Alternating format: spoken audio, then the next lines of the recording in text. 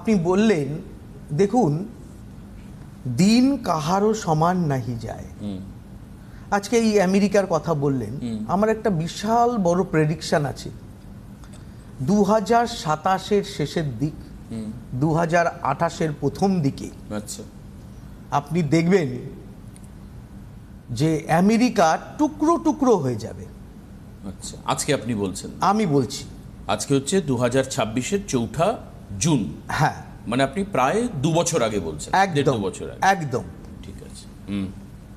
আমি গতবার আপনার অনুষ্ঠানে, যেহেতু আমি পশ্চিমবঙ্গে থাকি, পশ্চিমবঙ্গের রাজনীতি নিয়ে বেশি কথা বলি না, কিন্তু আপনি প্রশ্ন করেছিলেন, আমি বলেছিলাম রবি যার শক্তিশালী সেই কিন্তু ইলেকশনে জিতবে, ক্ষমতায় আসবে।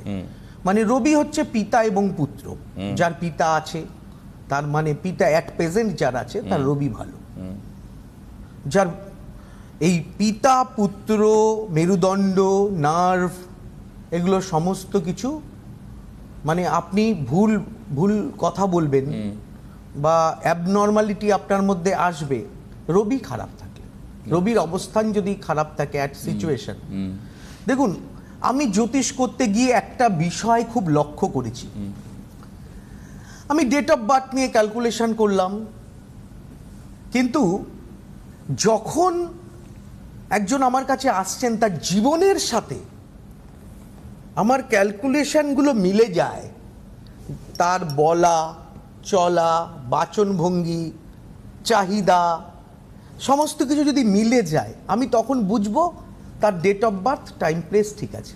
তাহলে তখনই তাকে বলবো আপনি আপনার হাতের রেখাটাকে আমাকে বিশ্লেষণ করান। কেন হাতের রেখা বিশ্লেষণ করতে হয়?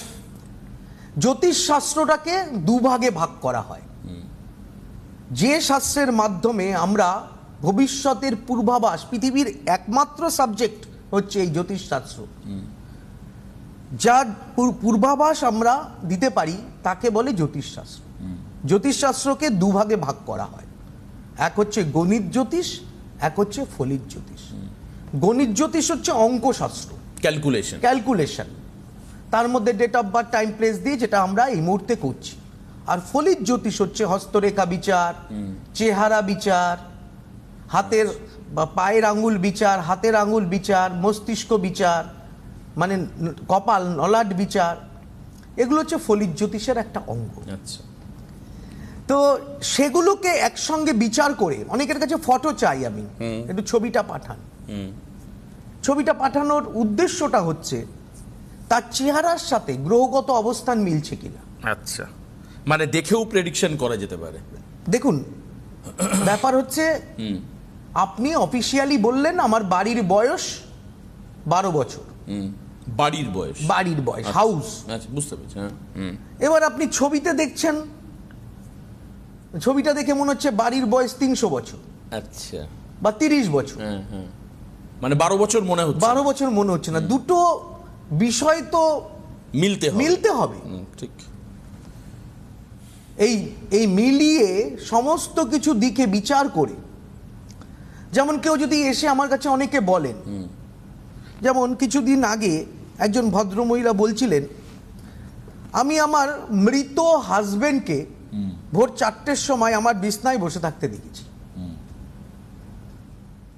মৃত হাজবেন্ডকে ভোর 4টের সময় আমি আমার বিছনায় বসে থাকতে দেখেছি। তাহলে আমাকে বিশ্বাস করতে হবে যে উনি আবার শরীর নিয়ে এসছেন,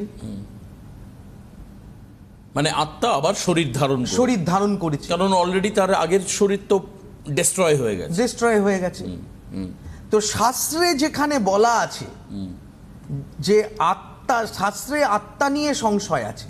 আচ্ছা, যিনি শ্রাদ্ধ শান্তি করেন তিনিও বলেন, গীতায় ভগবান বলেছেন আত্মা অবিনশ্বর, একে সৃষ্টি বা ধ্বংস করা যায় না। তো আত্মা শরীর যদি নিয়ে আসে, তাহলে শরীর একবার ছেড়ে দিলে সেই শরীর পুনরায় আবার সেই শরীর নিয়ে উনি উপস্থিত হচ্ছেন, আবার উনি উধাও হয়ে যাচ্ছেন। এটা দুটো কারণ হতে পারে। এক, যিনি আমাকে বলছেন তিনি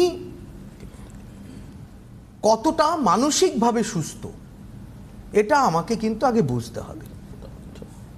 মানসিকভাবে সুস্থতা তার কতটা আছে, আগে তাকে চিকিৎসকের কাছে পাঠাতে হবে।